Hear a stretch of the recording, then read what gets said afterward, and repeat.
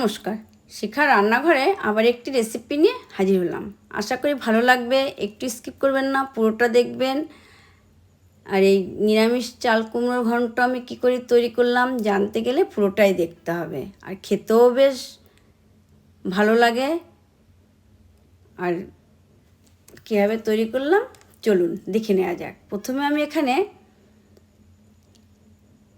একটা চাল কুমড়ো নিয়ে নিয়েছি, ভালো করে ধুয়ে একটি ছুলনির সাহায্যে ছালটাকে ছাড়িয়ে নেব। এবার চাকু দিয়ে আমি দুটো সাইড কেটে নিয়ে চাল কুমড়োটাকে 4 ভাগে ভাগ করে নেব।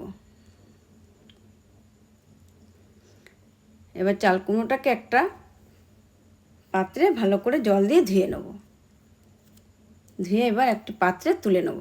নিয়ে এবার চাকুর সাহায্যে বা ছুরি দিয়ে আমি এগুলোকে পিস পিস করে কেটে নেব।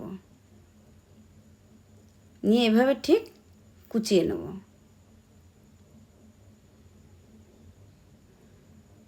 বেশ কোচানো হয়ে গেছে। এবার এর মধ্যে আমি সামান্য লবণ দিয়ে চটকে কিছুক্ষণের জন্য রেখে দিয়ে জলটাকে ঝরিয়ে নেব।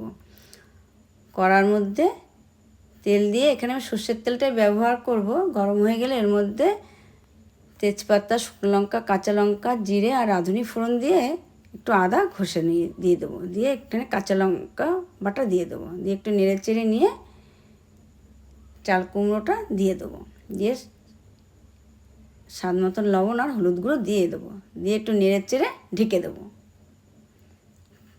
কিছুক্ষণ পরে ঢাকনাটাকে নামিয়ে আবার একটু নেড়ে দেবো। দিয়ে সামান্য মিষ্টি দিয়ে দেবো আর একটু গরম মশলার গুঁড়ো দিয়ে দেবো। দিয়ে একটু ভালো করে নেড়ে চেড়ে একদম তৈরি হয়ে গেল চাল কুমড়ো ঘন্ট। একটি পাত্রে নামিয়ে নেব। আর এই চাল কুমড়ো ঘন্ট যদি ভালো লাগে অবশ্যই একটি লাইক, কমেন্ট, শেয়ার আর একটি সাবস্ক্রাইব অবশ্যই করবেন। Thank you.